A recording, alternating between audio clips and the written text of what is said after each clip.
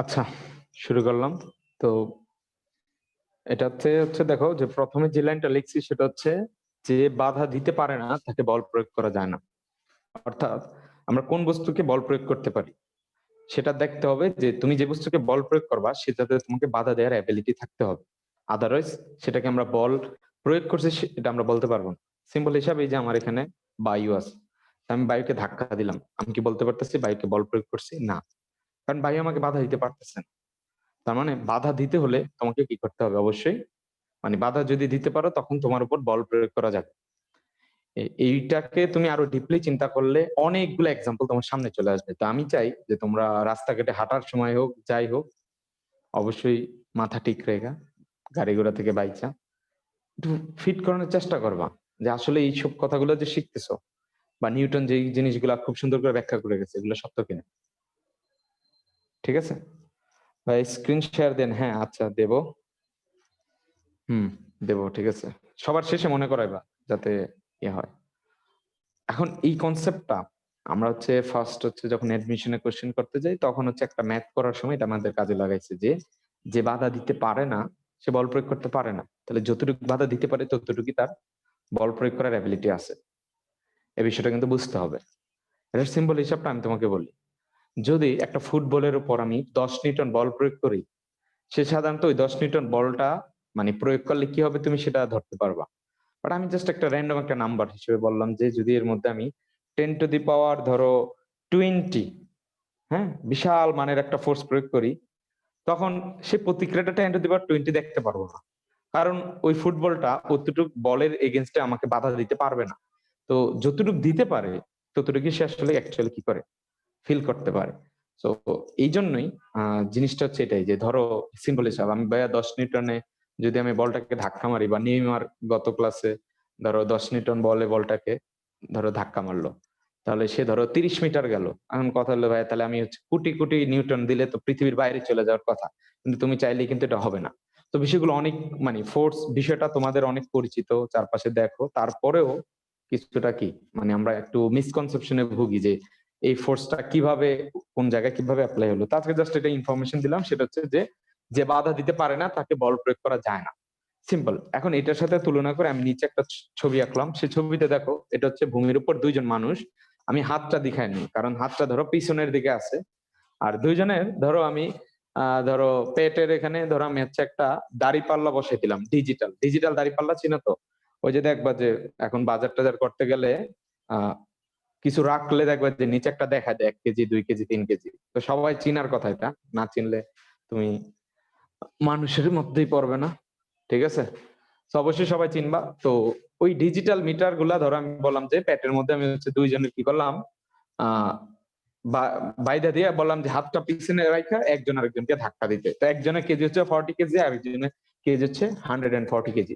তাহলে স্বাভাবিকভাবে যেহেতু যার ওজন বেশি সে আসলে পা দ্বারা মাটিতে ধাক্কা দিলে তার প্রতিক্রিয়াটাও কি থাকে একটু বেশি থাকে, যেটা আমরা গত ক্লাসে ব্যাখ্যা করছিলাম।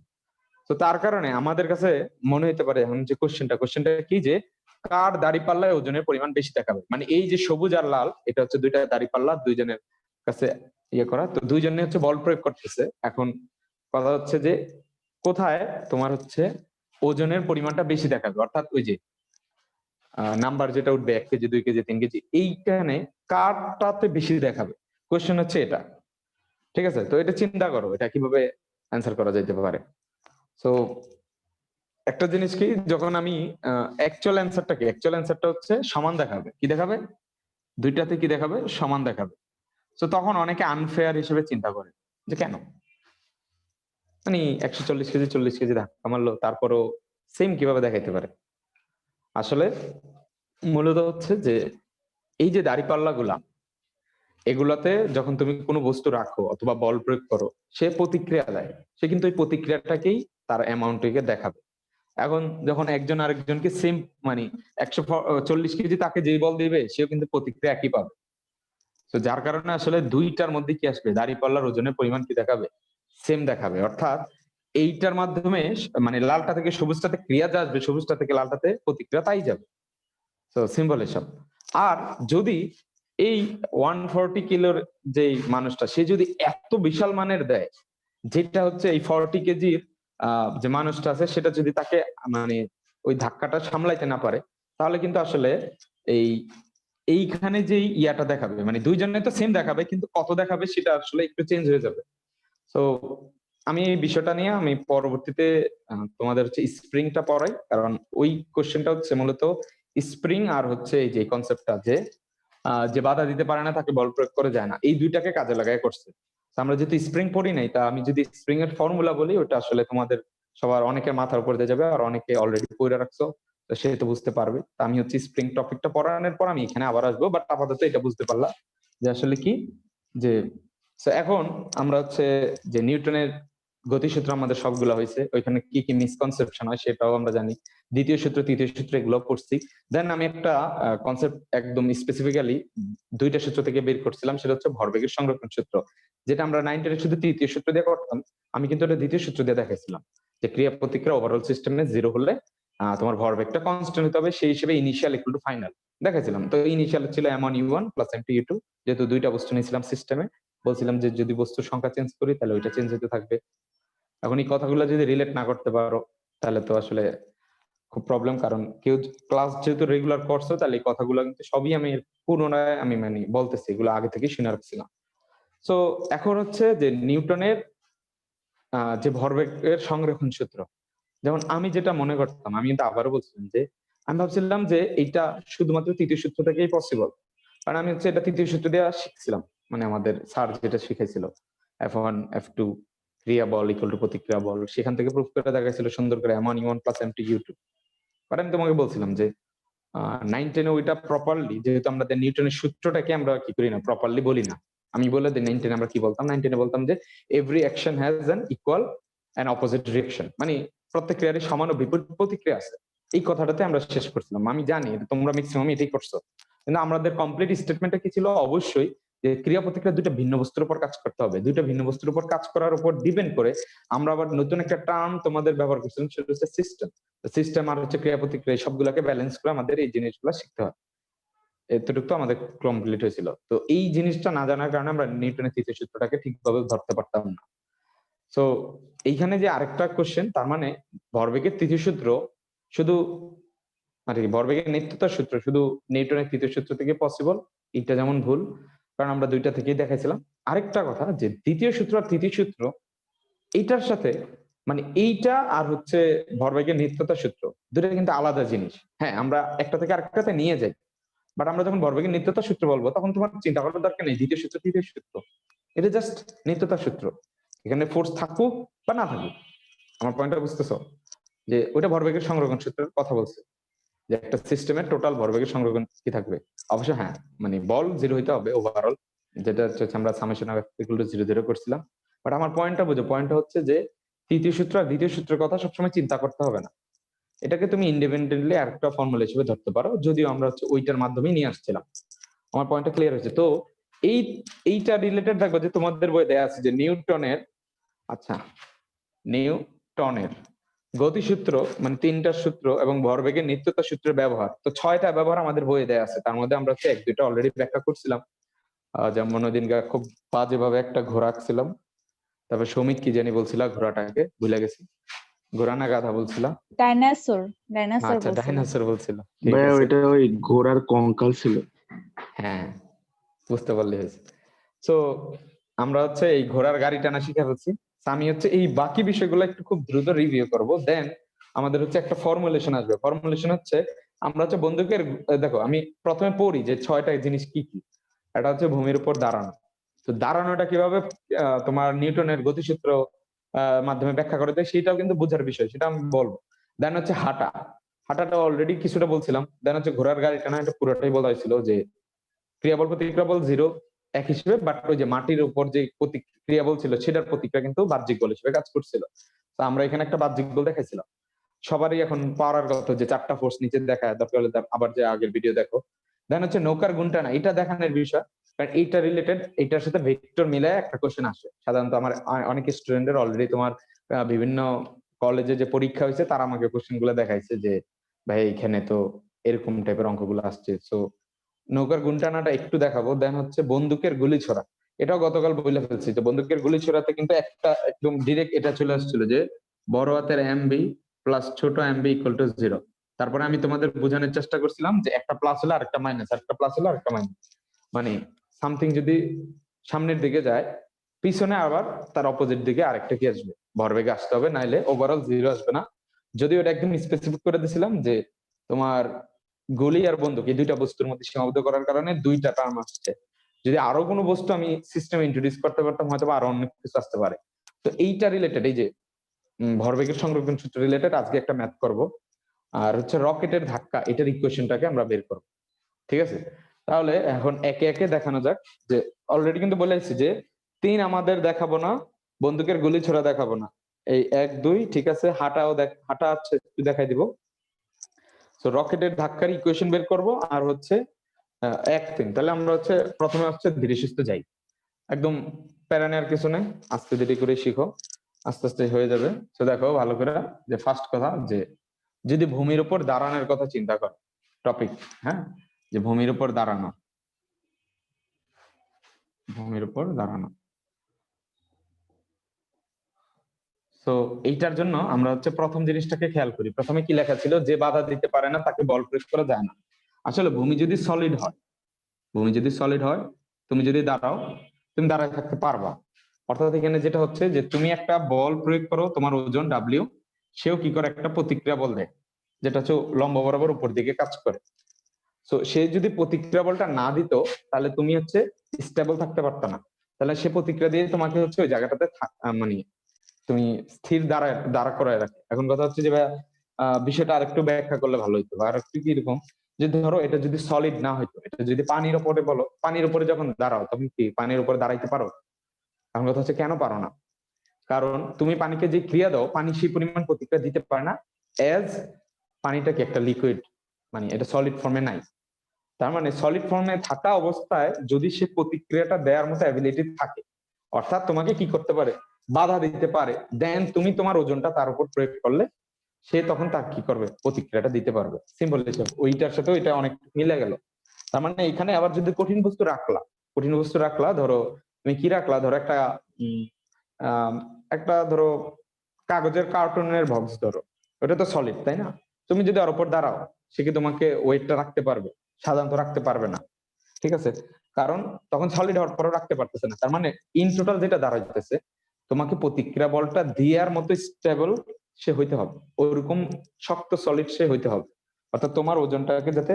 তো এইখানেও কিন্তু আসলে নিউটনের তৃতীয় সূত্রটা কাজে রাখতেছে, যে প্রতিক্রিয়াটা যেহেতু দিতে পারতেছে, এই জন্য হচ্ছে তোমরা ওভারঅল কি হইতেছে, একটা স্টেবল পজিশনে থাকতে পারতেছে। তাহলে ভূমির উপর দাঁড়ানো, এখানে কিন্তু নিউটনের তৃতীয় সূত্রটা আছে। তো তারপর হচ্ছে যে 1 নম্বর ভূমির উপর দাঁড়ানোর পরে 2 নম্বর যেটা আসে, ভূমির উপর হাঁটা। অবশ্য দাঁড়াও, আমি ফার্স্ট কেসটা একটু কমপ্লিট করি। এই যে ভূমির উপর দাঁড়ানো, এনে অনেকে বলতে পারে ভাইয়া, এই যে প্রতিক্রিয়া 8টা দিল, 8টা যে উপরের দিকে দিতেছে, আমার ওজন ডাব্লিউ, তার এগেনস্টে যে প্রতিক্রিয়া ভূমিটা আমাকে দিতেছে, তাহলে তো এই ফোর্সটা তো নন জিরো, তার মানে are not equal to zero, কারণ আমার অবশ্যই ওজন আছে। ডাব্লিউ জিরো না হলে আরো জিরো হবে না, কারণ ডাব্লিউ ইকুয়াল টু কি আর। তা আমার ওজন যেহেতু non zero, M G not equal to zero, তাহলে আরও কি নট ইকুয়াল টু জিরো। তাহলে ভাইয়া আমার উপর যদি বল প্রয়োগ করে, তাহলে তো আমার কি করা লাগবে, বল প্রয়োগ করলে কি জানি হয়, ত্বরণ হয়। তাহলে ভাই আমার ত্বরণ কোথায়, আমি কেন তো দাঁড়াই এসেছি? আসলে যেটা হচ্ছে যে আমার ওজনটা, ওজনের তুলনায় এই যে প্রতিক্রিয়া যেটা আসছে, সেটা হচ্ছে পর্যাপ্ত না আমাকে ভূমি থেকে উপরে ওঠার জন্য। বাট যদি পর্যাপ্ত হইতো, আবার বলতেছি যদি পর্যাপ্ত হইতো, তখন আমি উপরে উঠে যেতাম। আবারও বলতেছি যে আমরা ভূমিতে যখন বল প্রয়োগ করি, সে আমাকে প্রতিক্রিয়া দেয় আমার ওজনের সমান, বাট ওই বলটা আমার ত্বরণ সৃষ্টি করার জন্য মানে অতটা কি না, মানে বড় না। তো এটার একটা সিম্পল উদাহরণ হিসেবে আমি দেই, যে ধরো যদি দিতে পারতো, এরকম একটা কেস দেখাই। তোমরা দেখবে যে টিভিতে মাঝে মাঝে অলিম্পিয়াডে এক ধরনের ইয়া থাকে, যে ধরো একটা রাবারের কি থাকে, একটা স্টেজ থাকে, ওইটার উপর লাফ দিলে সে উপরে চলে যায়। দেখছো কিনা বলো তো? যে ধরো উপর থেকে যদি লাফ দাও, তাহলে সে কি করবে, নিচে বাউন্স করে আবার উপরে চলে যায়। সাধারণত স্টেজটা হচ্ছে রাবারের তৈরি করা থাকে, কি জানি বলো এটা। সো দেখতেছো, ওইখানে কিন্তু তুমি তোমার ওজন দিয়ে কি করতেছিলা, মানে একটু বল প্রয়োগ করছিলা, কিন্তু প্রতিক্রিয়া বলটা এতটুকু শক্তিশালী হয়, কারণ তুমি যখন বল প্রয়োগ করো, সেই রাবারটা সংকুচিত হয়ে তার ভিতরে একটা পটেনশিয়াল এনার্জি জমা হয়, যেটা হচ্ছে সে তোমাকে দিয়ে দেয়। সো ওইটা থেকে যে ফোর্সটা আসবে দেন হচ্ছে তোমার ওই প্রতিক্রিয়া ওইটার মান খুব বড় হয়ে যায়। তো তোমার ওজনের তুলনায় অনেক বড় হয়ে যাওয়ার কারণে তখন তুমি কি করো, এই রাবারের উপর জাম্প দিলে তুমি উপরে চলে যেতেছো। তার মানে দেখতেছো তুমি যাই বলো, মানে নিউটনের প্রথম সূত্র, দ্বিতীয় সূত্র, তৃতীয় সূত্র দেয়া অনেকটুকু ব্যাখ্যা করে ফেলতে পারবা। অনেক কিছু মানে উম, অনেক ধরনের চিন্তা আসতে পারে, আর এই চিন্তাগুলো যত আসবে তত হচ্ছে তুমি এই নিউটনের প্রথম সূত্র, দ্বিতীয় সূত্র আহ ভালো করে বুঝতে পারবা। আর যত ভালো করে বুঝতে পারবা তখন নিউটনের এই সূত্রগুলা যে কতটা মানে ইম্প্যাক্টফুল এই ফিজিক্সের জগতে, সেই জিনিসটার ধারে কাছে যাইতে পারবা। এমনি শুনছো যে নিউটন অনেক ইম্পর্টেন্ট, মানে অনেক গুরুত্বপূর্ণ ব্যক্তিত্ব, বাট তখন তুমি নিজেও বুঝার চেষ্টা করবে যে তাকে কেন এতটুকু গুরুত্ব দেওয়া হয় এই সব বিষয়ে, মানে এতটুকু পাওয়ারফুল কেন, কি হিসেবে। আমার আমার কথাটা মানে সবাই বুঝে শুনে, হ্যাঁ। তাহলে এই ভূমির উপর হাঁটাতে আসলাম যে তাহলে কেন ভাই আমরা হচ্ছে প্রতিক্রিয়া দেওয়ার পরও মানে আমাদের মধ্যে যেহেতু 8টা জিরো না, তাহলে আমার ত্বরণ হওয়া উচিত, কিন্তু আমার ওজন তো বেশি, আর বিশেষ করে আমার ওজন তো অনেক বেশি। তো এখন সিম্পল হিসাব যে ভাই আমরা যখন হাঁটতে চাই তখন যেটা করি সেটা হচ্ছে বলটা হচ্ছে আমরা একটু তির্যক ভাবে প্রয়োগ করি। তার মানে আমার পা দ্বারা যে আমি বলটা প্রয়োগ করি সেটা হচ্ছে তির্যক ভাবে। আর তখন প্রতিক্রিয়াটাও কাজ করে হচ্ছে, যেহেতু প্রতিক্রিয়া হচ্ছে 180 ডিগ্রি অ্যাঙ্গেলে কাজ করবে, তাহলে 180 ডিগ্রি করতে যায় তাকে এই বরাবর হচ্ছে প্রতিক্রিয়া কাজ করে। তো প্রতিক্রিয়া যখন কাজ করে সে হচ্ছে ধরো ভূমির সাথে থিটা অ্যাঙ্গেল তৈরি করে, তাহলে আনুভূমিক বরাবর তার উপাংশ হচ্ছে আর কস থিটা ভেক্টরের। তাহলে আর কস থিটার ভ্যালুর কারণে কি আসবে, আমরা সামনে চলে যাই। পয়েন্টটা ধরতে পারছো সবাই? অবশ্যই এখানে আরেকটা জিনিস থাকে, সেটা হচ্ছে আর সাইন থিটা। আর সাইন থিটা হচ্ছে উপর বরাবর কাজ করে, যেটা কালি থাকবে না ওইটা আমার সামনে আসবে সবসময়। এই বরাবর কিন্তু আরেকটু উপাংশ কাজ করে, এটা হচ্ছে আর সাইন থিটা। কিন্তু এই আর সাইন থিটা আবার বললাম আমার ওজনের তুলনায় এটা খুবই কম, এই কারণে আমি উপরে উঠতে পারি না। ঠিক আছে, তাহলে এটা থেকে কিন্তু একদমই মানে একদম ইজিলি ব্যাখ্যা করে দিতে পারবো যে পাখি কেন আকাশে উড়ে। পাখি কেন আকাশে উড়ে? তো পাখির কাজ কি? পাখির কাজ হচ্ছে পাখি যখন পাখাটা মেলে অনেক বড় হয়ে যায়, তার মানে তার পাখাটা যখন চওড়া হয়ে যায় তার এরিয়াটা বাইরে যায়। সো ওই এরিয়া দিয়ে সে যখন বায়ুকে ধাক্কা মারে তখন বায়ু তাকে একটা প্রতিক্রিয়া দেয়, সিম্পল হিসাব। সো ওই প্রতিক্রিয়াটার কারণে কি হয় যে তোমার ওইটার আবার কজ উপাংশ সাইন উপাংশ থাকে, সাইন উপাংশের কারণে সে হচ্ছে উপরে উঠতে থাকে, আর কজ উপাংশের কারণে সে সামনে যেতে থাকে। কিন্তু আমাদের ওজন এত বেশি যে আমাদের পাখা তো নাই, তারপরে হাতগুলা দেখো কত চিকন। তা আমরা যখন বায়ুর এমন করি বায়ুর কাছে মনেই হয় না যে আমরা কোনো বল প্রয়োগ করতেছি বায়ুকে। কিন্তু যদি আবার অনেকে তো দেখছো না, কি জানি একটা টম এন্ড জেরিতে একবার টম যে একটু বাদুর সাজার চেষ্টা করে, তো সে কি করছিল, পাখা লাগাইছিল। তার মানে পাখা লাগাইতে হবে, এবং পাখাটাকে মানে যদি মানে একটা সিচুয়েশন চিন্তা করো যে তোমার ওজন খুবই কম আর তুমি একটা পাখা লাগাইতে পারছো একটা পর্যাপ্ত বড় পরিমাণে, এবং তুমি এনাফ অ্যামাউন্টে কি করতে পারবা, বায়ুতে বল প্রয়োগ করতে পারবা নিচের দিকে, তাহলে তুমিও উঠতে পারতা থিওরিটিক্যালি। কিন্তু আমাদের তো হাত, তারপরে যদি হাতটা ছোট হওয়ার পরে যদি আমি ইচ্ছা একটা পাখা পাখা ধরো মানে হাতে জোর করে লাগাই ফেলি, তাহলে অনেক বড় মাপের, কিন্তু আমরা ওই পরিমাণ ফোর্স দিতে পারবো না যেটা হচ্ছে আমাকে উপরে উঠাইতে সহায়তা করে। তো এই বিষয়গুলো কিন্তু প্রত্যেকটা জিনিস মানে আবার কিন্তু পাখির বিষয়ে চলে গেলাম নিউটন পড়তে এসে, তাও কিন্তু ব্যাখ্যা করা যাইতেছে। এখন পাখি খুব চালাক আছে। পাখি কি চালাক আছে? পাখির ধরো খুব দ্রুত সামনে যাইতে হবে, তখন দেখা গেছে সে যে ধাক্কাটা নিচের দিকে, মানে পাখি নরমালি হচ্ছে কোনাকুনি ধাক্কা দেয়, আমরা যেভাবে হাঁটার সময় যেভাবে বল প্রয়োগ করি পাখিও সেম কোনাকুনি ধাক্কা দেয়। পাখির জায়গা থেকে প্রতিক্রিয়াটা এই বরাবর কাজ করে, কিন্তু তার একটা উপাংশ এই বরাবর কাজ করে, যেটা হচ্ছে ভূমির সাথে থিটা থাকার কারণে আর কস থিটা, আর একটা হচ্ছে উলম্ব বরাবর কাজ করে আর সাইন থিটা। তো পাখি খুব চালাক, পাখি যখন উপরে উঠা লাগবে তখন হচ্ছে সে এই থিটার মানটা অনেক বাড়ায় ফেলে, তখন আর সাইন থিটার ভ্যালু অনেক বাইরে যায়, কিন্তু আর কস থিটার ভ্যালু হয়ে যায় অনেক কম, তখন সে সামনে যায় না, উপরে উঠতে থাকে। আবার পাখি যখন সামনে যেতে চায়, ধরো একটা সার্টেন হাইটে উঠে গেছে, এর উপরে উঠলে সমস্যা, এর উপরে উঠলে ধরো বৃষ্টির সাথে মেঘের সাথে ধাক্কা খাবে, সে তার কমফোর্ট জোন অনুযায়ী একটা বায়ু স্তরের একটা লেভেল থাকে, ওইখানে যাওয়ার পর সে পুরাটাই হচ্ছে ফোর্স বিপরীত দিকে মানে পিছনের দিকে দেয়, ফলে থিটার মান ছোট হয়ে যায়, ফলে আর কস থিটার মান বাইরে যায়, আর কস থিটার মান বাইরে গেলে সে সামনে যায় তখন ঠিকই, কিন্তু আর সাইন থিটার মান যেহেতু শূন্যের কাছাকাছি চলে যায় সে তখন আর উপরে উঠে না। তো পাখি এই জিনিসটা ব্যালেন্স করতে পারে। আমার পয়েন্টটা বুঝতে পারছো সবাই? আহ মানে এটা তো আমাদের বইয়ের ম্যাথের সাথে রিলেটেড না, বাট নিউটনের সূত্রের সাথে রিলেটেড। আমি এই কথাগুলো কেন বলতেছি, আমি কিন্তু বলতেছি না যে ওই পাখির উড়াটা কিভাবে কাজ করে সেই জিনিসগুলো কিন্তু এখানে ব্যাখ্যা করতে আসি নাই। আমরা ব্যাখ্যা করতে আসছিলাম নিউটন তৃতীয় সূত্র কোথায় কোথায় কিভাবে কিভাবে কাজ করতে পারি সিস্টেম অনুযায়ী। আমরা যত ধরনের উদাহরণ মাথায় আসতেছি ততটাই বলতেছি। এখন তোমরা অনেকে আবার বলবা যে ভাই তাইলে মাঝে মাঝে দেখি যে পাখি হচ্ছে 2-3টা ডানা ঝাপটানোর পর সে যায় হচ্ছে আর ডানা ঝাপটায় না, তাহলে ভাই তখন কেন সে নিচে, মানে তখন সে তাও কেন সে সামনে যাইতে থাকে? তো সেটারও ব্যাখ্যা আছে। সেটার ব্যাখ্যা কি, সে যখন ফোর্স প্রয়োগ করে মানে 2-3 বার ঝাপটা এলো, সে তখন কিন্তু একটা প্রতিক্রিয়া পায় বাইরে, মানে বাতাস থেকে বায়ু তাকে একটা প্রতিক্রিয়া দেয়। তো সেই প্রতিক্রিয়াটা তার সিস্টেমের উপর কাজ করার কারণে সে একটা ত্বরণ প্রাপ্ত হয়। তো তারপরে যদি সে পাখা নাও ঝাপটায়, সে তো একটা ভেলোসিটিতে অলরেডি আছে, আর তাকে তখন অন্য কেউ বাধা দিচ্ছে না, তাহলে বাহ্যিক বল শূন্য। বাহ্যিক বল শূন্য থাকার কারণে সে তখন কি করতেছে বলতো?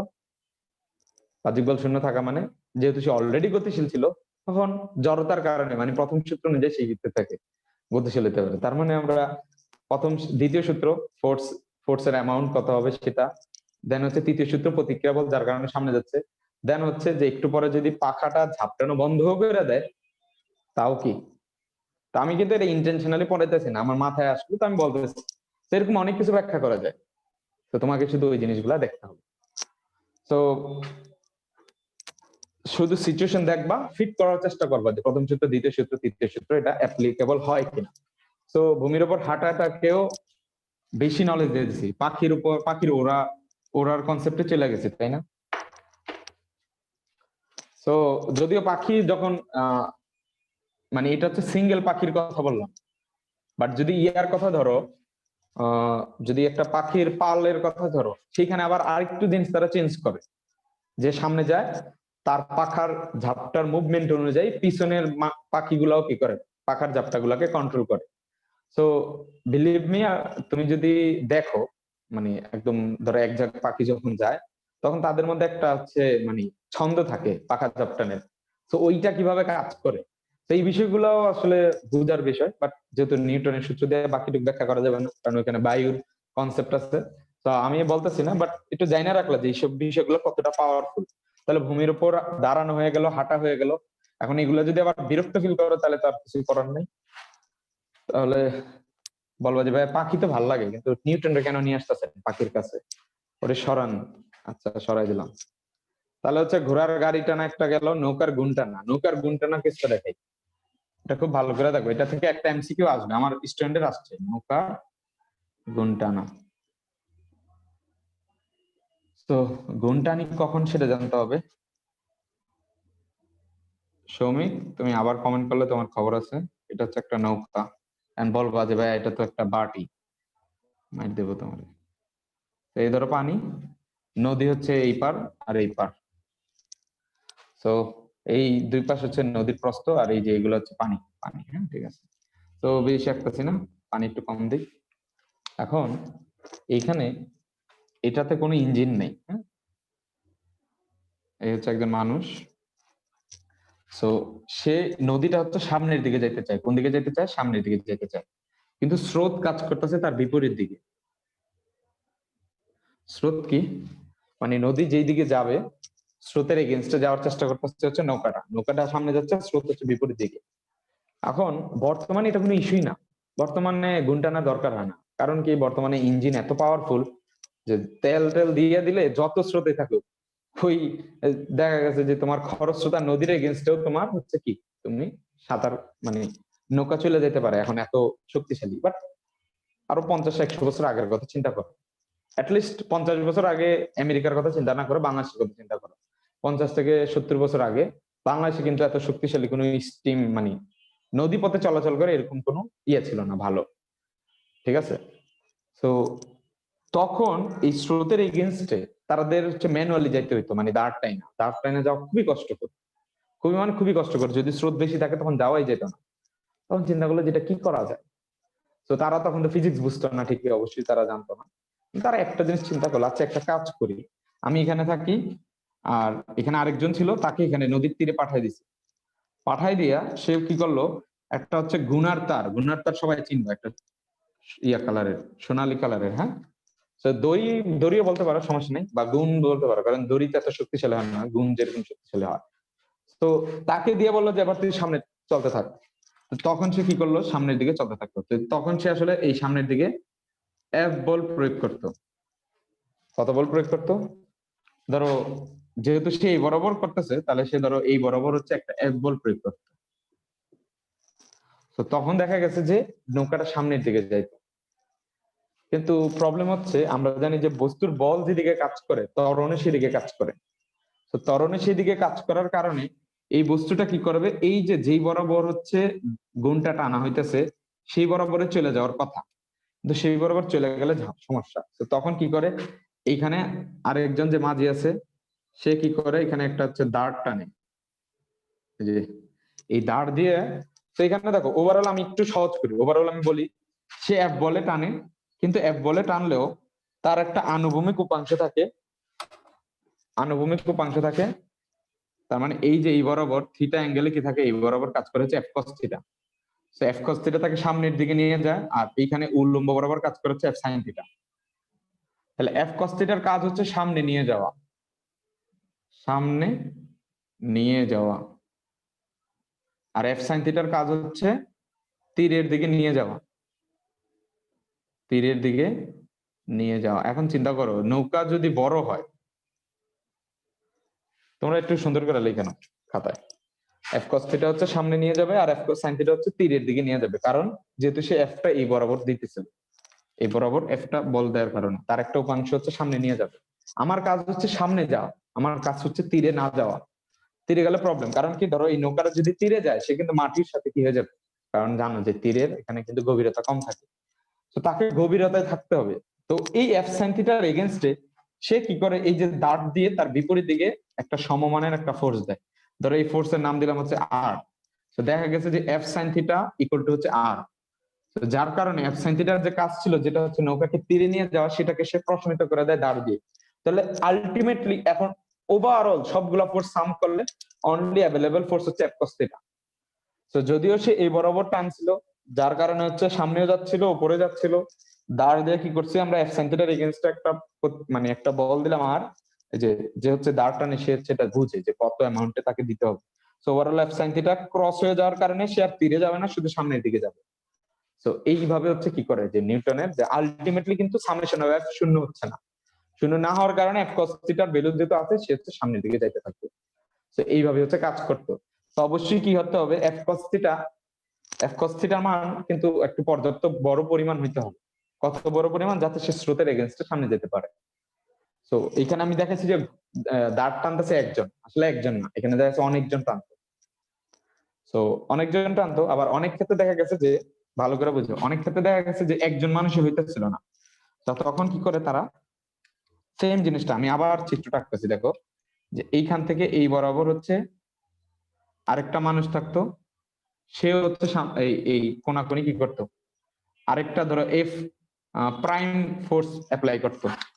সো তখন আবার কি হতো বলতো, এফ প্রাইম হচ্ছে এখানে হচ্ছে থিটা প্রাইম অ্যাঙ্গেলে থাকার কারণে এই বরাবর একটা অংশ কাজ করতে হচ্ছে F prime cos theta prime, আর একটা কাজ করতে হচ্ছে নিচের দিকে, সেটা হচ্ছে F prime sine theta prime. So দেখা গেছে যে তখন আবার তাকে বুঝে শুনে দেওয়া লাগতো যে এফ সাইন থিটা উপরে উঠতে চায় আর F prime sine theta prime নিচে নামাইতে চায়। সো এর মধ্যে ব্যালেন্স করার পর এই তিনজন মিলায় ওভারঅল মানে ভার্টিক্যালি কোনো ফোর্স থাকতো না, আলটিমেটলি দেখা গেছে যে এফ কস থিটা আর এফ প্রাইম কস থিটা থাকতো। সো এই দাঁড় টানাগুলো এইভাবে করা হয়েছে। সো এই খাতা যদি কেউ না বোঝো একটু বলো ভালো করে, আশা করি পুরোটুক বুঝার উচিত যে আলটিমেটলি কিন্তু এফ কস থিটাই থাকতেছে। সো এখানে যদি দুটো আবার সেম হয়ে যেত, আবার অ্যাঙ্গেলও সেম হয়ে যেত, তাহলে কিন্তু আর দাঁড়ের কোনো বিষয় থাকতো না। কেন বলতো, কারণ তখন F sine theta equal to F prime sine theta বিপরীত দিকে কাজ করে জিরো হয়ে যেত, থাকতে হচ্ছে F cos theta plus F prime cos theta prime. পয়েন্টটা ধরতে পারছো? আশা করি সবাই এটা বুঝার কথা। তাহলে এইভাবে হচ্ছে সামনে যাইতো। তো এখন কথা হলো যে ভাইয়া, তাহলে আপনার স্টুডেন্টের কোন কোশ্চেনটা আসছিল এখানে, এখানে যে কোশ্চেনটা আসছিল সে দেখাইছিল যে একবার এই লোকটা কি করছে, যে ধরো এই যে রশিটা লাল দাগের, এটা কিন্তু মানে ফোর্স এই বরাবর অ্যাপ্লাই করা মানে কি, গুণ টানতেছে না। তো গুণটা হচ্ছে এত বড়। তো কোশ্চেনটা হচ্ছে ভালো করে বুঝবে, কোশ্চেনটা হচ্ছে এই তারটাকে যদি দ্বিগুণ দৈর্ঘ্য করে দেওয়া হয়, তাহলে আগের চেয়ে বেশি বেগে সামনে যাবে কি? সেম কোশ্চেনটা আমি সবার জন্য করতেছি, দেখো এখানে ক্লিয়ার হয়ে যাবে। তো আমি জাস্ট বলে দিলেই পারতাম যে এখানে তৃতীয় সূত্র কাজ করে, আরে দ্বিতীয় সূত্র কাজ করে, এই কস্টটা সামনে নিয়ে যায় ভেক্টর উপাংশ ভাগ করে। আমি এটা বলতেছি না, আমি আবার বলতেছি, কোশ্চেনটা বুঝতে ভালো করে। কোশ্চেন হচ্ছে যে একটা ফোর্স কাজ করতেছিল, সো থিওরিটিক্যালি সলভ করতে পারলে এনাফ, এটা খাতায় করা লাগবে। জাস্ট একটু বলো, যদি আমি এই যে গুণটা, এই গুণটা যেই দৈর্ঘ্য ছিল এটাকে যদি আমি আরো দ্বিগুণ করে দিই, তাহলে এখন আগের একই অ্যামাউন্ট অফ ফোর্স এফ এর জন্য সামনে যাওয়াটা কি, মানে সামনের দিকে যাওয়ার বেগটা বাড়বে কি বাড়বে না। সো এইটা আমি তোমাদের সবাইকে সময় দিচ্ছি, 2 মিনিট সময় দিচ্ছি, 1 মিনিট সময় দিচ্ছি। যদি কারো মাথায় থাকে আমার সাথে শেয়ার করতে পারো, আর যদি না বুঝো এখনই বলো, আমি আবার বুঝাই দিই কোশ্চেনটা। কথা বলো, সমস্যা নেই, কথা বলতে ভয় পাও কেন তোমাদের? আমি তো না তোমাদের ইয়ে নেই, ভয় দিয়ে কাজ নিলেই পারি। আমি কেন এটা কিনছি আবার ইচ্ছা করে? ভয় দিয়ে ক্লাস নিলে সাউন্ড আরো ভালো আসবে, কিন্তু আমি নিচ্ছি যাতে তোমাদের কোশ্চেনটা আমি শুনতে পারি। তোমাদের কোশ্চেন বা তোমাদের সাথে ডিসকাস করার জন্য কিন্তু আমি ইয়ারফোন নিয়েছি না। আমি হচ্ছে ভয় দিয়ে ক্লাস নিলে তোমার ওয়ান ওয়ে হয়তো শুধু আমার কথাটা শুনতে পারতাম। তো সেটা হচ্ছে কি, আইসিটির হাফ ডুপ্লেক্স, ঠিক আছে? ওইটা নিয়ে তোমরা অলরেডি হয়তো অনেকে পড়ছো কলেজে পরীক্ষা। বাট আমাকে বলো এখানে সিচুয়েশনটা, একজন বলো, রাজিন, মহিউদ্দিন, অনন্যা, আসমা, ভাইয়া, আরিবা। হ্যাঁ বলো। আমি এই চিত্রটা বুঝি নাই, যে সেকেন্ড যে আবার একটা মানুষ দিয়ে যে ড্রটা করছেন, মানে এটা কি বুঝাইছেন যে এটাতে দুইটা বুঝেছি যে ব্যক্তি দুইজন একসাথে টানতেছে দুই একসাথে দিক থেকে। টানতেছে? হ্যাঁ, আচ্ছা আমি আরেকবার দেখা দিই, এই আমাকে একটু চিত্রটা এফ থাকলোই দরকার হলে প্রাইম বাসায় আবার আর ভিডিও দেখার সময় আস্তে ধীরে প্রত্যেকটা কথা বুঝা করো। আমি একটু আবার মুইছে, আমি হচ্ছে আরেকবার বলে দিই কোশ্চেনটা কি। আচ্ছা কোশ্চেনটা হচ্ছে যে আমার কাছে একটা নদী আছে, তারপর আরেকটা নৌকা আছে, নৌকা কেউ কঠিন। তো এইখানে কেউ একজন কি করবে, একটা গুণ দিয়ে, সে হচ্ছে এখানে একটা মানুষ আছে, সে মানুষটা হচ্ছে এফ বলে হচ্ছে মানে বল প্রয়োগ করতেছে। তো এটা এটা হচ্ছে সুতার দৈর্ঘ্য, এই যেটা। হ্যাঁ, তো আমার পয়েন্টটা হচ্ছে যে এই দৈর্ঘ্যটা যদি বড় হয়ে যায়, মানে এই সুতাটা ধরো এখন আছে 1 মিটার, গুণটা এটাকে আমি 2 মিটার করে দিলাম, 2 মিটার যদি করে দিই, তাহলে তখন এখানে সিচুয়েশনটা কি, সিচুয়েশনটা হচ্ছে আনুভূমিক সাথে থিটা কোণ, তাহলে এফ কস থিটা হচ্ছে সামনে নিয়ে যাবে, আর এফ সাইন থিটা হচ্ছে তীরের দিকে আনতে চাইতো। তো ওই যে বললাম যে এখানে কি থাকবে, একটা তোমার বৈঠা আছে, ওই বৈঠা দিয়ে কি করবে, এফ সাইন থিটাকে প্রশমিত করার জন্য উল্টা দিকে কি দিবে, একটা আর প্রয়োগ করে দিবে, একে অপরকে কাট আউট করে দিবে। তো এই কাট আউট গুলো আর লিখতেছে না, এগুলা বাদ। আলটিমেটলি কাজ করতেছে হচ্ছে তার F cos theta, F cos theta সামনের দিকে নিয়ে যাবে। কোশ্চেন হচ্ছে সহজ কথা, যে এই দড়িটাকে যদি দ্বিগুণ করে দেওয়া হয়, তাহলে এখন যে বেগে সামনে যাচ্ছে, দ্বিগুণ করলে কি তার চেয়ে বেশি বেগে যাবে না কম বেগে যাবে? যে বেশি কোনো বেগে। কিছু আমার সাথে যা শেয়ার করো আইডিয়া, হইতে হবে এরকম তো না। হ্যাঁ বলো রাজিন। কোণ ছোট হবে তাই বেগ বেশি হবে, cos থিটার মান বেশি হবে। কস থিটার মান কি আসবে? বেশি হবে। বেশি হবে, এক্স্যাক্টলি হইছে। তো কেউ কি বুঝছো ওর কথাটা কি বলছে? হুম। তার মানে যদি আমার এই যে দৈর্ঘ্যটা বড় হয়ে যায়, সাপোজ দৈর্ঘ্যটা বড় হয়ে যাবে, তো তখন দেখো আমি হচ্ছে উপরে চিত্র দেখাই, যে সুতাটা যখন বড় হয়ে যাবে তখন কি আসবে, তখন হচ্ছে যে বস্তুটা, এই লোকটাকে এখানে দাঁড়া করাইলাম। তো নৌকাটা প্রথমে এখানে ছিল, দড়ি যদি বড় করা হয় নৌকাটা তখন কি আসবে, অনেক পিছে চলে আসবে না? তো নৌকাটা তখন এখানে চলে আসবে। আরে বাবা,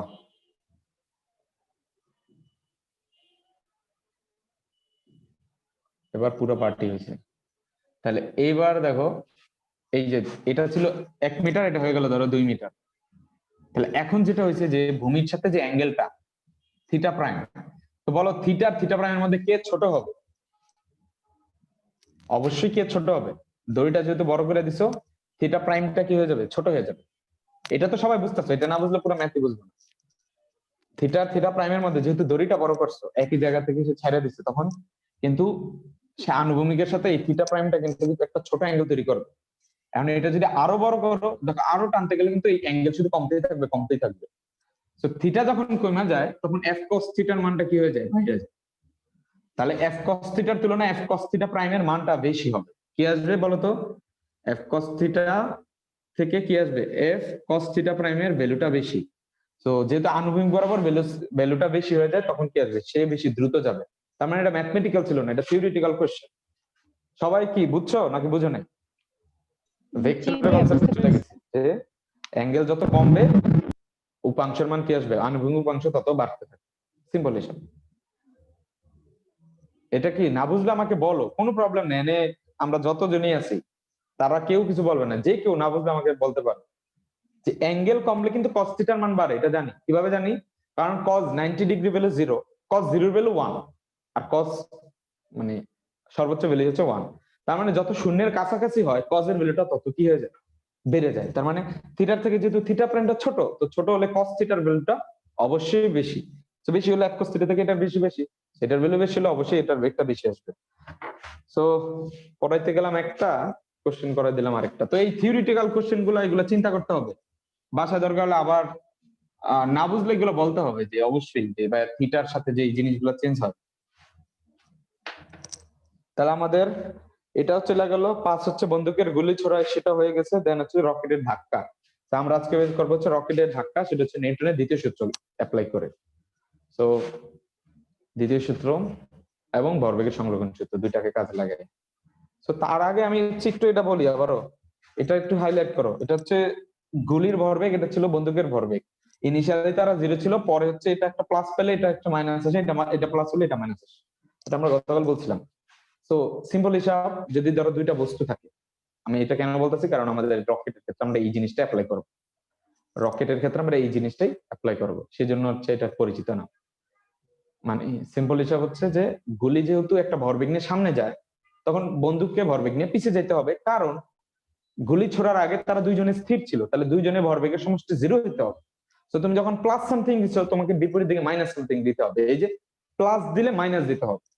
অবশ্য কি হয়ে গেছে দেখো, গুলির ভরবেগ যা, এটার ভরবেগও তাই হতে হবে, নাহলে ওভারঅল কি আসবে না, 0 আসবে না। অর্থাৎ বড় হাতের এমবি প্লাস ছোট হাতের এমবি, দুইটার ভ্যালু 0 হওয়া মানে কি, এই দুইজন ইন্ডিভিজুয়ালি সমান হইতে হবে। সিম্পল হিসাব, বুঝতেছো? তো সেটাকে কাজে লাগাই হচ্ছে এখন আমরা হচ্ছে আগে একটা কম দামি একটা রকেট আঁকবো, তারপর ওই রকেটের মধ্যে ব্যাখ্যা করবো যে এখানে কি কি হইতেছে। তো চলো রকেট আঁকা ফেলি। আচ্ছা, উপরে আঁকলে হবে।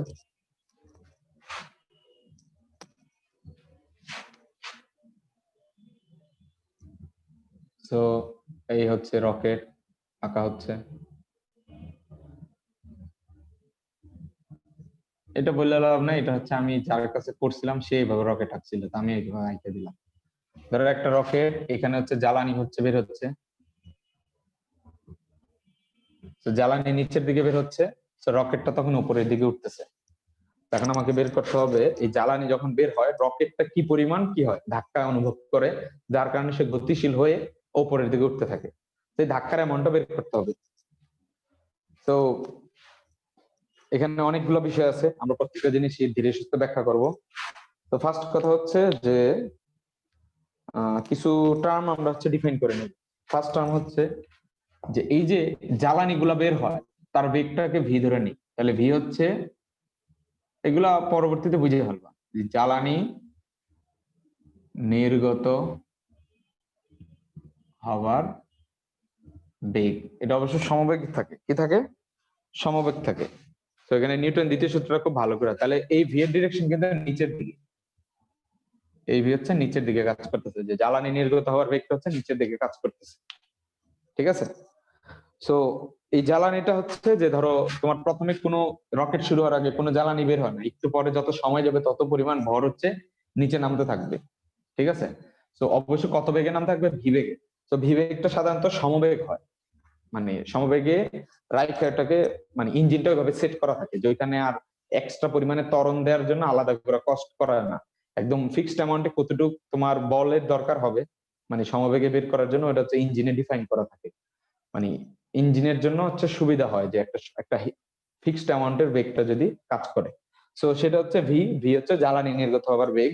তো এখন দেখা গেছে যে যদি ডেল্টা সময় অতিবাহিত হয়, ধরো ডেল্টা টি, অর্থাৎ একটা নির্দিষ্ট সময়ের গ্যাপে ডেল্টা টি সময়ে জ্বালানি যে বের হলো, জ্বালানি জ্বালানি নির্গত হয়, ডেল্টা এম কেজি, মানে হচ্ছে একটা অ্যামাউন্ট আমরা হচ্ছে দিলাম যে যত যত সময় যাবে তাহলে এত ডেল্টা এম কেন দিচ্ছি, কারণ সময় পরিবর্তিত হয়, ভরও পরিবর্তিত হয়। তো এত কেজি হচ্ছে সে নির্গত হচ্ছে, এটা ডিফাইন করে দিলাম। তো আমার কথা হচ্ছে খুব ভালো করে খেয়াল করো, খুব ভালো করে খেয়াল করো। ইনিশিয়ালি তারা দুইজনই হচ্ছে জিরো। আর রকেটকে কি কখনো দেখছো যে বাইরে থেকে কেউ ধাক্কা দিতেছে? মানে কোনো মানে তুমি মানুষের কথা বলতেছি না, যে কোনো যন্ত্রকে দেখছো যে রকেটকে ধাক্কা দিয়ে উপরে উঠেছে? না। অর্থাৎ তার বাহ্যিক বল ওভারঅল কত? জিরো। তার মানে পুরো রকেটের সিস্টেমে আমি বাইরে থেকে কোনো বল প্রয়োগ করতেছি না। তো বাইরে থেকে বল প্রয়োগ করতেছি না, ফার্স্ট কথা বুঝে ভালো করে। যেহেতু জ্বালানি নিচের দিকে পড়তেছে, ওভারঅল তো প্রথমে সবাই জিরো ছিল। জ্বালানি যখন নিচে আসতেছে, জ্বালানির একটা ভরবেগের পরিবর্তন নিচের দিকে কাজ করে। সো ইনিশিয়ালি সবাই জিরো জিরো। যখন জ্বালানি যখন একটা নিচের দিকে পজিটিভ সামথিং পাইলো, তাহলে ওই অ্যামাউন্টে একটা নেগেটিভ অ্যামাউন্ট কি করবে? বিপরীত দিকে কাজ করবে না? আমার পয়েন্টটা ধরতে পারছো কিনা সবাই? এটা জাস্ট গুলি আর বন্দুকের মতো। গুলি জিরো, বন্দুক জিরো। গুলি যখন প্লাস পায়, বন্দুক তার বিপরীত দিকে পায়। সিম্পল হিসাব। প্রথমে জ্বালানিও জিরো, রকেটও জিরো। জ্বালানিটা যখন বের হয়ে গেল, জ্বালানি যখন বের হয়ে গেল, তখন সে একটা ভরবেগ নিয়ে নিচে বের হচ্ছে, কারণ ভি সমবেগে ডেল্টা এম পরিমাণ নিচে বের হচ্ছে। তাহলে আমরা বলতে পারি যে আসলে ডেল্টা টি সময়ে রকেটের, সরি, জ্বালানির ভরবেগের পরিবর্তন পরিবর্তন কত আসবে বলতো? ইকুয়াল টু ডেল্টা এম, মানে যে পরিমাণ ভর ইয়ে হয়েছে আর কি, যত বেগে বের হয়েছে, এই যে ভি। তাহলে এটা হচ্ছে জ্বালানির ভরবেগের পরিবর্তন। তাহলে আমার যে কনসেপ্ট, যে ভাই তাহলে ভরবেগের নিত্যতা সূত্র অনুসারে যেহেতু ইনিশিয়ালি সবাই জিরো, তাহলে এইটা যেহেতু হয়েছে, তাহলে একই অ্যামাউন্টের নেগেটিভটা যদি রকেট পায়, তাহলে ওভারঅল কত আসবে? জিরো আসবে। সো এই জ্বালানির ভরবেগের পরিবর্তনের সমান একটা ভরবেগের পরিবর্তন রকেটের উপর দিকে হয়। আর ভরবেগের পরিবর্তন কখন হয়? যদি একটা ফোর্স অ্যাপ্লাই হয়। তো তখন আসলে দেখা গেছে যে নিচে এর হচ্ছে ভরবেগের পরিবর্তন হয়, আর সে রকেট উপরে কি করবে? রকেটেরও ভরবেগের পরিবর্তন হয়। কিন্তু ভরবেগের পরিবর্তন হলে বল লাগে, তখন আমরা বলে দিই যে যে বলটা হচ্ছে সেটা হচ্ছে রকেটের ধাক্কা। কি বললে দিই? রকেটের ধাক্কা এফ। এখন এই এফ এর মান কত সেটা বের করবো। তো সেটাতে যাওয়ার আগে আমাকে এখন বুঝতে হবে যে রকেটের ভরবেগের পরিবর্তন কত। এখন তোমরা সবাই বলো তো, যেহেতু ইনিশিয়ালি জিরো আর এখানে হচ্ছে জ্বালানি এতটুকু পাইছে, তাহলে রকেট কত পাবে? একই অ্যামাউন্টের নেগেটিভ। তাহলে আমি কিন্তু আসলে লিখতে পারি যে ডেল্টা টি সময়ে, দেখছো সময়গুলো মাথায় রাখতে হবে, রকেটের রকেটের ভরবেগের পরিবর্তন ডেল্টা এম ইন্টু ভি থাকবে, কিন্তু তার আগে একটা নেগেটিভ থাকবে। কারণ দুইজন যদি অপোজিট না হয়, ইনিশিয়ালি জিরো, তাহলে পরেও জিরো হবে না। কিন্তু আমরা হচ্ছে এই নেগেটিভটা তো রাখছি হচ্ছে প্লাস মাইনাস বুঝানোর জন্য, বাট আমরা হচ্ছে ভ্যালু নিয়ে কাজ করবো। তাহলে আসলে এটা আমরা হচ্ছে মডুলাস নেই আর কি, মানে জাস্ট ভ্যালুটা কাউন্ট করি। কারণ তোমরা ডিরেকশনের কনসেপ্ট বুঝো। সো অবশ্যই ভাববা না যে ভাই দুইটা সমান হয়ে গেল। হ্যাঁ, মান তো সমান থাকতে হবে, বিপরীত থাকতে হবে, কিন্তু আমরা নেগেটিভটা দিচ্ছি না আমরা, কারণ রকেটের এফটাকে পজিটিভ বানাইতে চাই। সবাই বুঝো, এই প্রত্যেকটা পয়েন্ট বুঝো। তাহলে এখন আর কি রাখছে?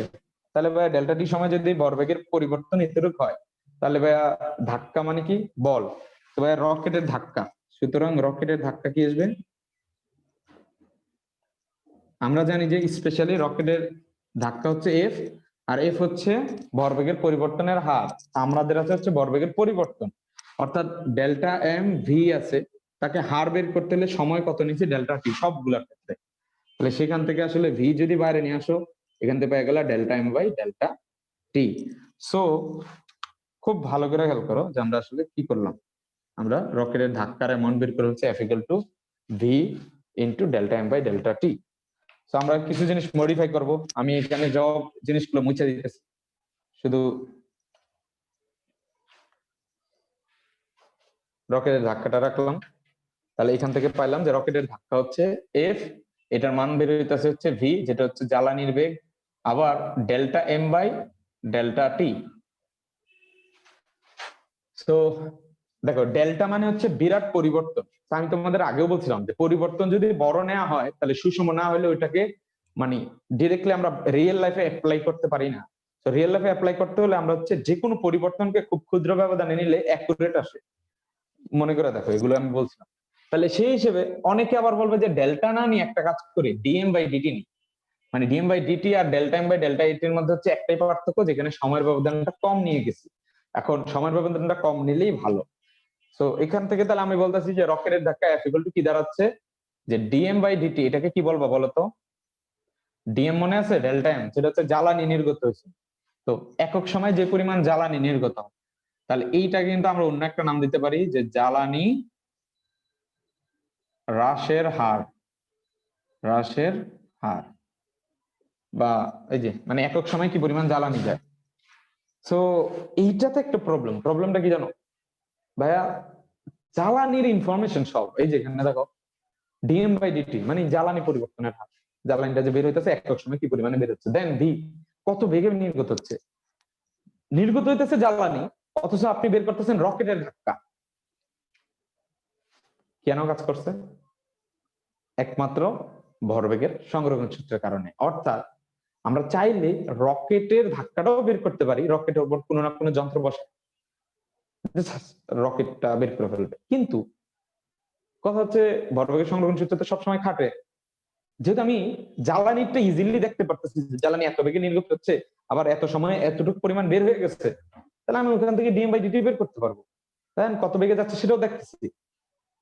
যেহেতু তারা দুইজনই জিরো ছিল, ভরবেগ 0 0 প্রথমে, দেন জ্বালানি একটা পাইছে, তাহলে ওই সেম অ্যামাউন্টে কিন্তু রকেট পাইতেছিল।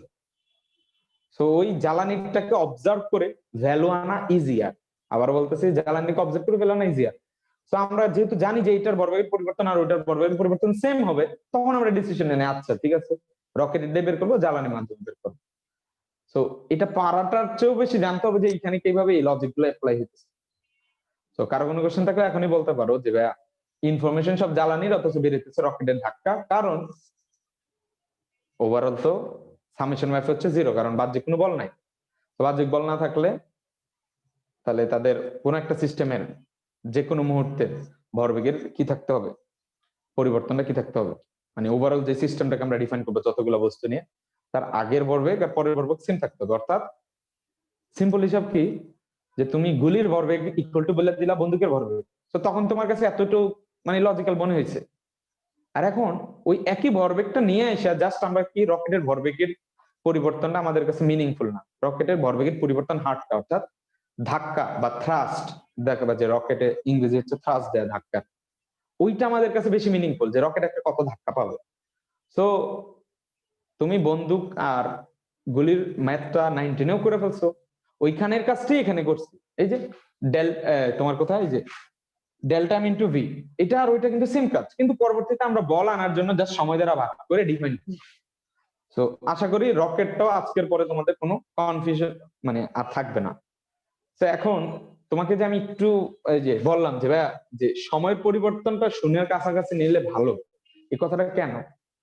কারণ আমি পড়াইতেছি তোমাদের রকেটের ধাক্কা, কিন্তু মাথায় রাখবা যে রকেটের ধাক্কা প্রতি মুহূর্তে কি হতে থাকে, চেঞ্জ হতে থাকে। এখন কথা হচ্ছে কেন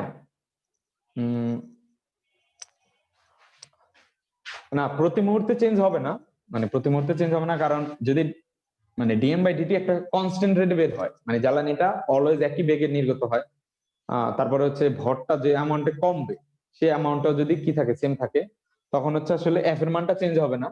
তো এখন যে কথাটা বলতেছিলাম, তাহলে রকেটের ত্বরণ যে রকেটের ত্বরণ তাহলে কি হবে, তাহলে এখন আমাকে ধরতে হবে যে যে রকেটের ত্বরণ বের করব, আমরা তো বল বের করে ফেলছি, যে নির্দিষ্ট সময়ে জ্বালানি সহ রকেটের ভর বিগ এম হলে তখন আসলে তুমি লিখতে পারবা যে ওই সময়ে ত্বরণ, এবং লিখে দিই, এবং ওই সময়ে রকেটের ত্বরণ এ হলে তখন আসলে লিখতে পারবা m into a equal to হচ্ছে v into DM by dt. অর্থাৎ তখন যদি ত্বরণ বের করতে হয় তোমাকে এভাবে বের করতে হচ্ছে 1/m V into DM by DT. তো এখানে একটা বিষয় কি দেখো, যে আমি বললাম যে এই ত্বরণটা কিন্তু বারবার চেঞ্জ হতে থাকে, ফোর্সের মান সেম কিন্তু ত্বরণ চেঞ্জ হতেছে। মজার বিষয় না এটা? কেন আসলে?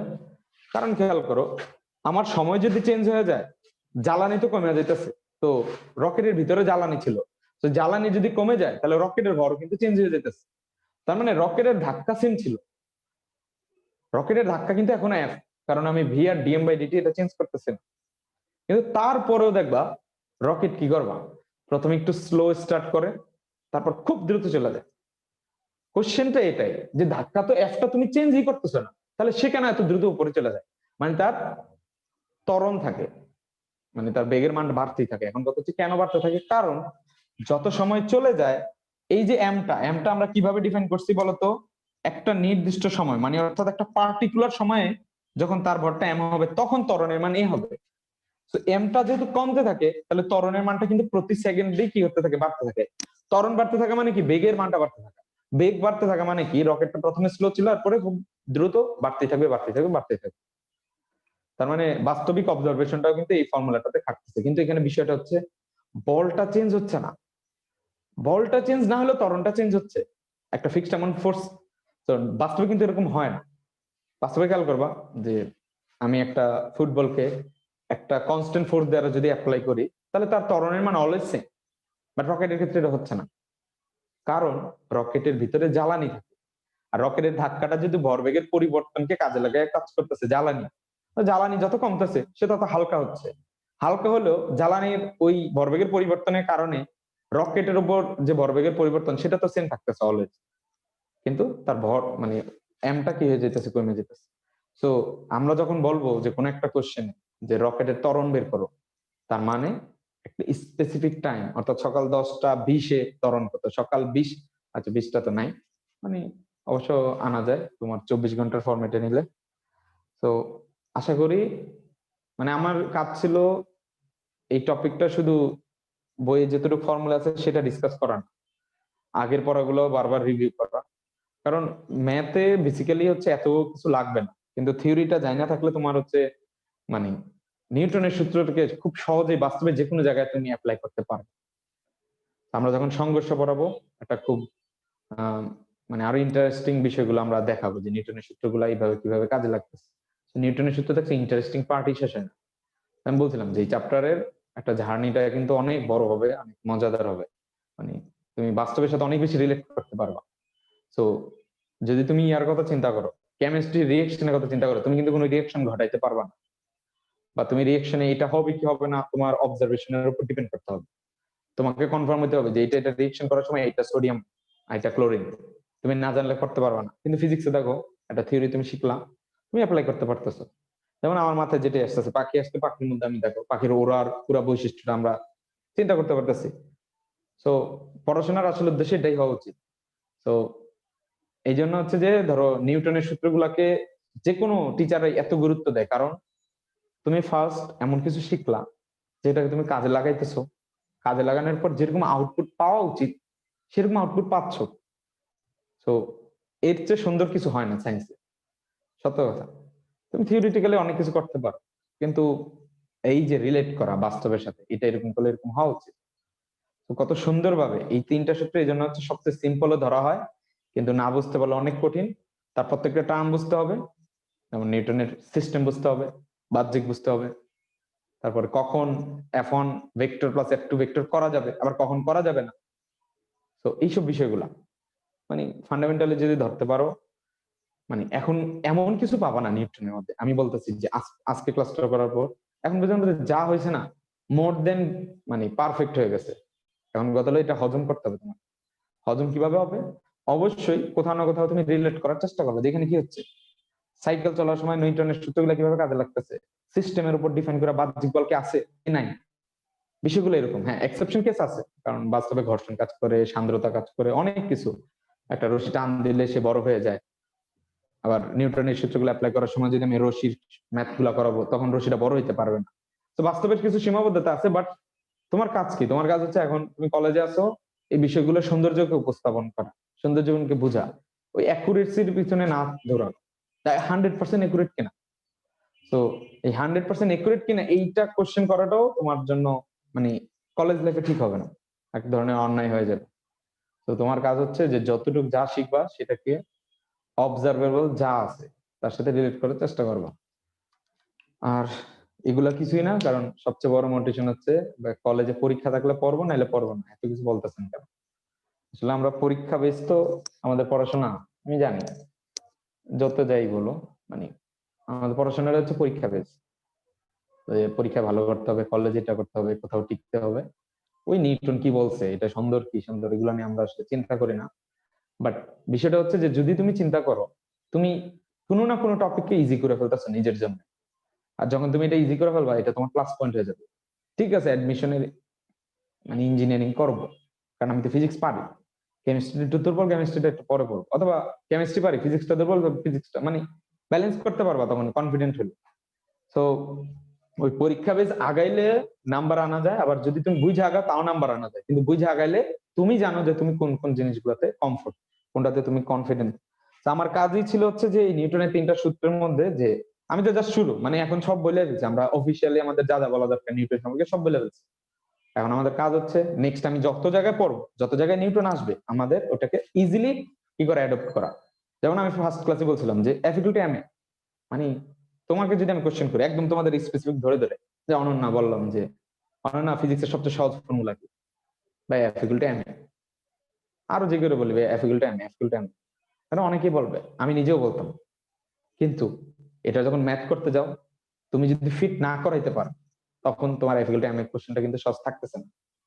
তো বিষয়টা এটাই, যে কোনো ফর্মুলা সহজ কি সহজ না সেটা ডিপেন্ড করে তুমি বুঝতে হবে, বোঝার পর সেটাকে অ্যাপ্লাই করতে পারতেছো কিনা। তার মানে আমি একটা কিছু বলছি, আমি শুধু অফিসিয়াল স্টেটমেন্ট গুলো বললাম বা আরো কিছু প্রেক্ষাপট বুঝিয়ে দিলাম, ধরো পাখির এখানে দেখালাম, আমরা কুস্তির একটা সিচুয়েশন দেখলাম, বা আজকে দেখলাম যে হচ্ছে একটা বাধা দানা দিতে পারলে, মানে এরকম বিভিন্ন কনসেপ্ট আসতেছে, কিন্তু এটা তুমি যদি রিলেট না করতে পারো, এইসব বিষয়গুলো আসলে তখন ইফেক্টিভ হবে না। আবার বলতেছি, নিউটনের বলবিদ্যাতে যতগুলো রেকর্ডেড ক্লাস হয়েছে, প্রত্যেকটা theoretically super important for physics, not for this chapter. এখানে আমরা যেইভাবে যেই যে জিনিসগুলো ডিসিশন নিয়েছি, আমি তোমাদেরকে অনুৎসাহিত করব না যে দরকার হলে পারা জিনিসটা তুমি আবার প্রথম থেকে এ টু জেড লেকচার দেখে কোন পয়েন্টটা তুমি মিস করতেছো কোট করো, কোট করে আমাকে জানাও যে ভাই আপনার এই কথাটা এই এই জিনিসটা আমি ধরতে পারিনি, বা ধরো একটি স্ক্রিন রেকর্ড করে বলে দিলে যে এই পয়সাটা ধরতে পারিনি, ওইভাবে ফিল করতে পারিনি। যদি আমার প্রয়োজন হয় আমি ক্লাসে বলবো, নয় তোমার পার্সোনালি বলে দেবো, প্রবলেম নেই, আমাকে নক করতে পারো। কিন্তু কথা হচ্ছে যে এই যে আইডিয়ার সাথে পরিচিত হলে যে ফিজিক্স কিভাবে কাজ করে, সেইটার সাথে পরিচিত হয়ে গেলে পরের টপিক গুলো খুব ইজি হবে, অনেক অনেক ইজি হবে। তারপর নিউটনের এই দ্বিতীয় সূত্র আমি স্প্রিং এও কাজে লাগাবো, আবার ওয়েভ পড়ার আগে আমাদের পিরিয়ডিক মোশন পড়তে হবে, সেখানেও কাজে লাগাবো, এত জায়গায় ইউজ করবো। তো তুমি যদি বেসিকে নড়বড়ে থাকো, তোমার অনেক প্রবলেম হবে। তা আশা করি আমরা হচ্ছে রকেটের ধাক্কা এ টু জেড কভার করতে পারছি, এইটা কিভাবে পরিবর্তনশীল কিন্তু একটা পরিবর্তনশীল না, আবার এমটা কিভাবে চেঞ্জ হয়, তাহলে ওই নির্দিষ্ট সময়টা না বললে কোশ্চেনটা যে রং হয়, বিষয়গুলোর সাথে রিলেট করো। আর এই লেকচারটা আরেকবার দেখার মানে এই যে যতগুলা ভিডিও আছে, আমি জানি কিছু ভিডিও খারাপও যদি হয়ে যায়, দেখো সাউন্ড তো ক্লিয়ার আছে, তোমার খাতায় নোট আছে, ওই নোট গুলাকে সামনে রেখে আবার রিভিউ করো। কারণ এই টপিক গুলা বা আমরা যেই যেই মানে ফিজিক্সের বেসিক যেই রুল গুলা যেভাবে কাজ করে, এখানে আমরা অনেক কিছু এইভাবে আলোচনা করছি। তো এই চ্যাপ্টারটা আসলে ডিফাইন করে দিতে পারে, আবার বলছি এই চ্যাপ্টারটা ডিফাইন করে দিতে পারে যে তুমি নেক্সট 1.5 বছর ফিজিক্সে মানে কতটুকু ভালো করবা আর কতটুকু খারাপ করবা, ফিজিক্স কি ইজি হবে কি হবে না। তো এইটা হচ্ছে ফান্ডামেন্টালি এতটুকু স্ট্রং মানে এই চ্যাপ্টারটা। তো তোমরা চাইলে ওই বিষয়টা ইয়ে করতে পারো। তো এখন আমাদের কোনো কাজ নাই, এই জন্য হচ্ছে জাস্ট আমি একটা কাজ করি, তোমার স্ক্রিন শেয়ার দিই যাতে আমাদের 180 পিক্সেল রেকর্ডেড ভার্সন আসে পরে। এমনি স্ক্রিন শেয়ার দিয়ে রাখি 1 মিনিট। এখন যদি কারো কিছু বলার থাকে বলো, কোথাও যদি আটকাইতেছো বলো আমাকে, বা এরকম হলে এরকম, বা এটা প্রবলেম হলে এটা প্রবলেম। আর ফার্স্ট কথা, যাই করো অবশ্যই এই ভিডিও গুলো কোনো কাজের না, ভিডিও দেখে যদি তুমি খাতায় নোট করো, নোটটা কাজের, পরীক্ষার আগে কম সময় পাবা এই নোটটা কমপ্লিট করার জন্য। এই চ্যাট দেখতেছি অনেকগুলা, 5টা চ্যাট। ফিউচার ইনভেনশন টাইটানিক 2, ওহো আমি তোমাদের টাইমিংটাকে মিস করে ফেলছি। স্ক্রিন শেয়ার দেন টাইটানিক 2, ঠিক আছে। টাইটানিক মোমবাতি, মোমবাতি কিসের? ঠিক রকেট ভাইয়া। ঠিক, আবার আরেকটা বলছে ঠিক, কি অবস্থা।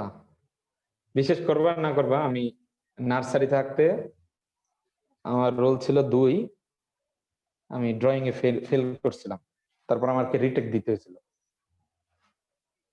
শহীদ মিনার আর হচ্ছে মাছ আঁকতে দিছিল, আমি ওইটাতে পাস করতে পারিনি, বুঝতেছো অবস্থা। তারপরে অবস্থা দেখলাম যে কিছু চিত্র পারি, যদি ব্লক ডায়াগ্রাম হয় বা ফিজিক্স এর কোনো ডায়াগ্রাম হয় যে এটা হচ্ছে ব্লকে ব্লকে আঁকা যাবে, কোনো জীবন্ত কিছু লাগবে না, তখন মোটামুটি একটু পারা যায়, সমস্যা নাই। যদি একেবারে চিত্র না বুঝো, গুগলে অনেক চিত্র আছে, আমরা ডাউনলোড করে দেখে নিব। তো এটা মোমবাতি না, এটা উপরের দিকে উঠাচ্ছে, এই ব্যক্তির চিহ্নটা হচ্ছে ওটা বুঝাইছে, আর মোমবাতির নিচে জ্বালানি কোত্থেকে আসবে। ওকে, তাহলে সবাই ভালো থাকো। ভাই একটা প্রশ্ন, আর হ্যাঁ বলো। যে রকেটের শেষ বেগ কি বের করা যায়, মানে রকেটের নিজস্ব বেগ? হ্যাঁ, বের করা যায়। কিন্তু এখন তুমি আমাকে বলো, রকেটের এই নিজস্ব বেগটা কি সময়ের উপর ডিপেন্ডেন্ট কিনা? ডিপেন্ডেন্ট তো হওয়ার কথা, কেন? কারণ সময়ের সাথে সাথে ত্বরণ পরিবর্তিত হচ্ছে না। এক্স্যাক্টলি। তার মানে তোমাকে যদি রকেটের এই ভি এর ইকুয়েশনটা আনা যায়, রকেটের শেষ বেগ কত, কারণ এখানে ত্বরণ আছে না। সো তোমার বেসিক্যালি আমি বলে দিই, এখানে যে ইয়াটা করতে হয় সেটা হচ্ছে যে তোমার ইন্টিগ্রেশন করে, আমরা হচ্ছে ত্বরণ, তো ত্বরণকে ইন্টিগ্রেশন করলে কি পাওয়া যায় বলো তো রাজিন? বেগ। কারণ বেগকে ডিফারেন্সিয়েশন করলে ত্বরণ পাওয়া যায়, তো ত্বরণকে ইন্টিগ্রেশন করলে উল্টা প্রসেসে বেগ পাওয়া যায়। তো এখানে ইন্টিগ্রেশন করে আমরা হচ্ছে টি সময়ের পর কত বেগ সেটা বের করা যায়। তো সেটা হচ্ছে অ্যাডমিশনে বইগুলাতে থাকে, না আমি পার্সোনালি কোনো অ্যাডমিশনে এটা পাইনি, কারণ আমাদের বোর্ড বই যেহেতু এগুলা দেয়া থাকে না, ওইটা দেয় না। কিন্তু ওইটাতে দেখবো অবশ্যই বলে দিবে 45 সেকেন্ড, 2 মিনিট, 1 ঘন্টা। কারণ ত্বরণ যেহেতু পরিবর্তনশীল, তাহলে তোমার কোন টাইম, সেই টাইমের উপর ডিপেন্ড করা, তাহলে ওইটা একটা সময়ের কিছু থাকতে হবে একদম স্পেসিফিক, যে এত সেকেন্ড এত এটা ইনপুট দেওয়া যায়। তো তোমরা এগুলো করার পর যদি মনে করো যে রে ভাই ওইটা দরকার, মানে ওইটা যেহেতু এক্সট্রা পার্টে পড়ে, আমি দেখা দিতে পারবো, কোনো প্রবলেম নেই, নর্মাল ইন্টিগ্রেশন একদম ইজি। বাট এই যে আইডিয়াটা আসছে, আইডিয়াটা সুন্দর, যে চিন্তা করলা যে ভাই স্পেসিফিক রকেটের বেগ। আর আমি জানি, আমি আবারও বলে দিই, এত কিছু শিখার পর, এত সৌন্দর্য দেখার পর, তোমাদের মধ্যে অনেকে এই ভি দেখা ভাববে যে এটা রকেটের বেগ। এরপরে যদি এই ভি দেখে যদি রকেটের বেগ ভাবো, তাহলে তার কিছু করার নেই। তো এই যে ওর কাছে যে কোশ্চেনটা আসলো, তার মানে রাজিন কিন্তু একদম স্পেসিফিক জানে যে এটা ওই বেগ, আর যেই ভি বের করতে বলতেছে সেটা হচ্ছে রকেটের বেগ স্পেসিফিক, এবং এটা টাইম ডিপেন্ডেন্ট হবে। তার মানে এই যে তুমি একটা ডিসিশন নিতে পারলা যে টাইম ডিপেন্ডেন্ট হবে উইদাউট, মানে ইকুয়েশনটা না বের করে, এটাই আসলে অ্যাকচুয়াল শিক্ষা, যে তুমি প্রেডিক্ট করতে পারতেছো। সো একটা কাজ করতে পারি, যে ধরো কালকে তোমার, কালকে না, কে কে একটু বোর এখন একদম, বলো তো, যে একেবারে বিরক্ত হয়ে রয়েছো?